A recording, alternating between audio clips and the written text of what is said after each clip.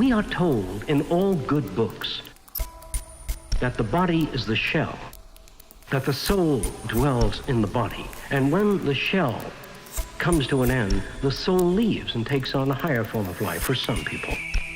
And then we take this shell and we put it in a $3,000 mahogany box. Soft foam lining in there that you've never had when you were alive. And then you get a motorcycle escort when you don't need it at all on the last journey. Look at the people standing around and watering it, tombstones and all that sort of thing. Look at the fuss made over the shell. Why the weeping and the sadness? Listen carefully. You're afraid. You really don't believe. You're hypocrites, most of you.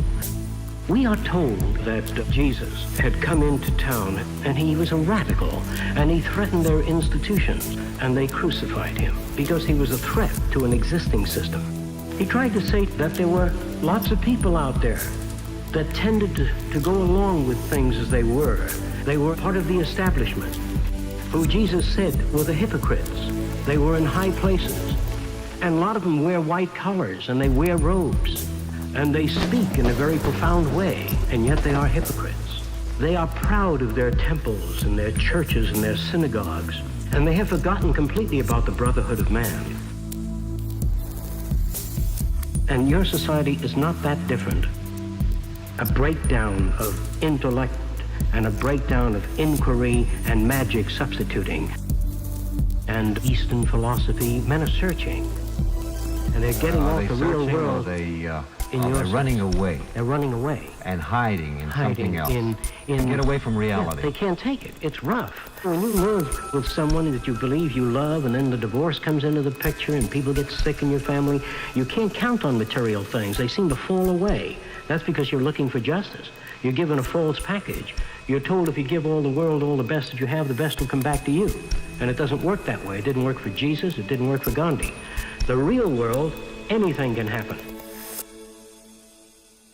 Your major newspapers talk of the marvels of the technical and scientific achievements, and yet they have a page on astrology, which really belongs in the Middle Ages, which we are at the tail end of. And there are people that take to that. They really think there's such a thing as astrology. They think that the stars govern their lives. And so you see flying saucers and magic. Magic means violation of natural law. Do you think God would have gravity and then change his mind?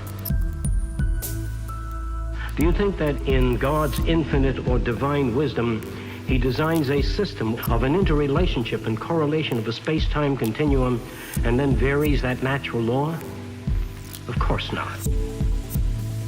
And the story of temptation is a senseless story. Consider this, that Jesus goes up to a mountaintop and Satan says to him, "How would you like kingdom over the earth?" And he says, "Get thee behind me." Imagine if you've known God, there is no temptation. It is only the hypocrite that is tempted. It is only the phony that is tempted. That no real Christian or Mohammedan or what have you will be ever tempted if they really believe in God. If Christ existed, and if he said these things, I tend to go along with this concept. He said during the ascension, "Ye shall do even greater things than I." He walked on water. Man walks in space, and he walked on the moon. Jesus brought Lazarus back from the dead. Books say that he did this. Men like Pasteur and Madame Curie make it possible for millions of people to be alive, not one. By the way, if they understand Christianity, nothing would anger them.